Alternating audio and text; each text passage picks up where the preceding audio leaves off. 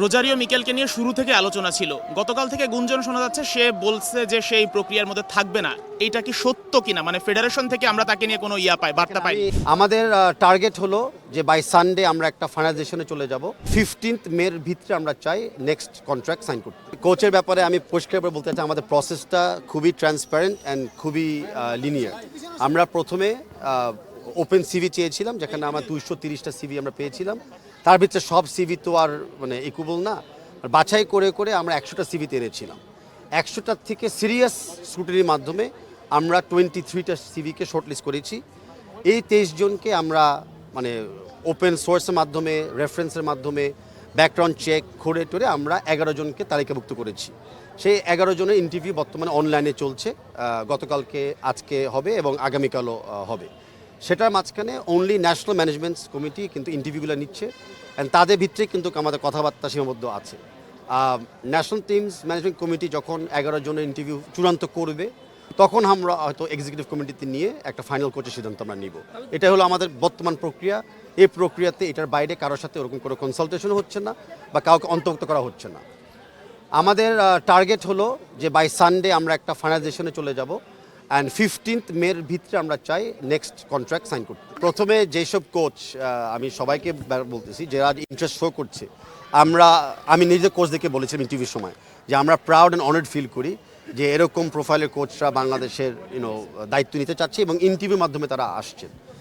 তার ভিতরে তো গুড নিউজ হলো যে বাংলাদেশের ব্যাপারে সবাই এক্সাইটেড, আমরাও এক্সাইটেড তাদেরকে নিয়ে।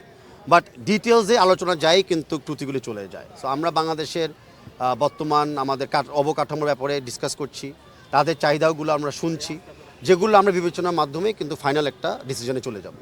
টাকার কারণে কি আমরা হেভিওয়েট কোচের ব্যাপারটা স্যাক্রিফাইস করব কিনা, নাকি টাকা কোনো ইস্যু হবে? ডেফিনেটলি যত কিছু হোক, বাজেট ইজ আ বাজেট।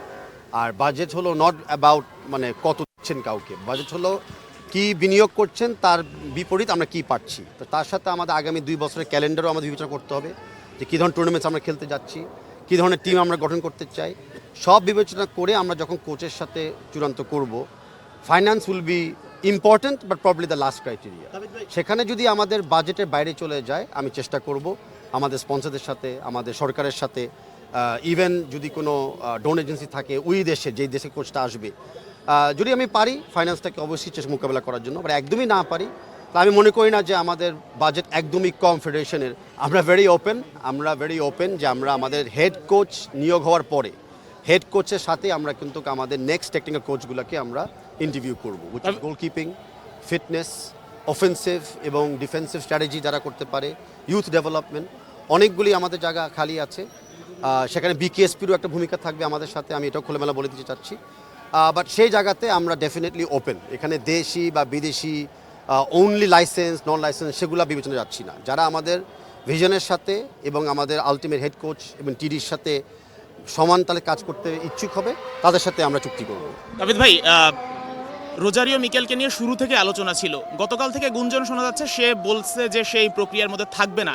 এটা কি সত্য কিনা? মানে ফেডারেশন থেকে আমরা তাকে নিয়ে কোনো বার্তা পাই? আমি রিকোয়েস্ট করি যে ফেডারেশন থেকে আমরা যা বলি সেই ব্যাপারে আপনারা সীমিত থাকেন, প্রশ্ন করেন। ওপেন মিডিয়াতে অনেক কিছু শোনা যায়, বিশেষ করে সোশ্যাল মিডিয়াতে। এখনও আমরা যে কোচদের সাথে ইন্টারভিউ প্রসেসে আছি, 5 জনের সাথে কথা হয়ে গেছে, তারা ভেরি ইন্টারেস্টেড, অপেক্ষা আছে সানডেতে আমরা কি বলি। আর আরও 6 জনের সাথে আমরা আজকে কালকে কথা বলবো। তো সবাই রোববার পর্যন্ত অপেক্ষায় আছে যে ফাইনালি বাফুফের সিদ্ধান্ত কী হয়। দেখেন, দ্য ইস্যু ইজ অতীতে কী হয়েছে সে ব্যাপারে আপনারা আমার চেয়ে ভালো জানেন। I don't want to make a comment. আমি বলতে চাচ্ছি যে বাংলা ফুটবলটা যেভাবে চলছে, যে আমরা প্রথমে তো খুব সৌভাগ্যবান যে এরকম নতুন করে স্পোর্টস পুরো বাংলাদেশে সমান তালে শুরু হয়েছে, অনেক ইয়াং ছেলেমেয়েরা খেলছে। অ্যান্ড একটা রেকর্ড আমি দেখেছি, শুনেছি যে রেজিস্টার্ড কিন্তু 45,000 মেয়েরা রেজিস্ট্রেশন করেছে খেলার জন্য। তো এটা বাংলাদেশের জন্য একটা খুবই মাইল ফলক ব্যাপার। তার সাথে যে হামজা চৌধুরী, যে একটা নোন আমাদের স্টার, যদিও সে ফুটবল প্লেয়ার, বাট সব ক্রীড়াবিদরাই তাকে স্টার হিসেবে গণ্য করে। সে আজকে এসেছে আমাদের আমিনুল হক সাহেবের আমন্ত্রণে। আর আমাদের প্রতিমন্ত্রী আমিনুল হক সাহেব এবং হামজা মিলে আমি মনে করি যে ইন্সপিরেশনটা দিয়েছে, খালি আজকের এই ফিজিক্যালের মাঠে না, বাট আজকে আপনাদের মাধ্যমে যে বার্তাটা পুরো বাংলাদেশে পৌঁছে যাবে, যে অনেক ইয়াং তরুণ এবং তরুণীরা ইন্সপিরেশন পাবে খেলাধুলাতে থাকার জন্য এবং ভবিষ্যতে খেলার মাধ্যমে নিজেকে গড়ে ওঠানোর জন্য।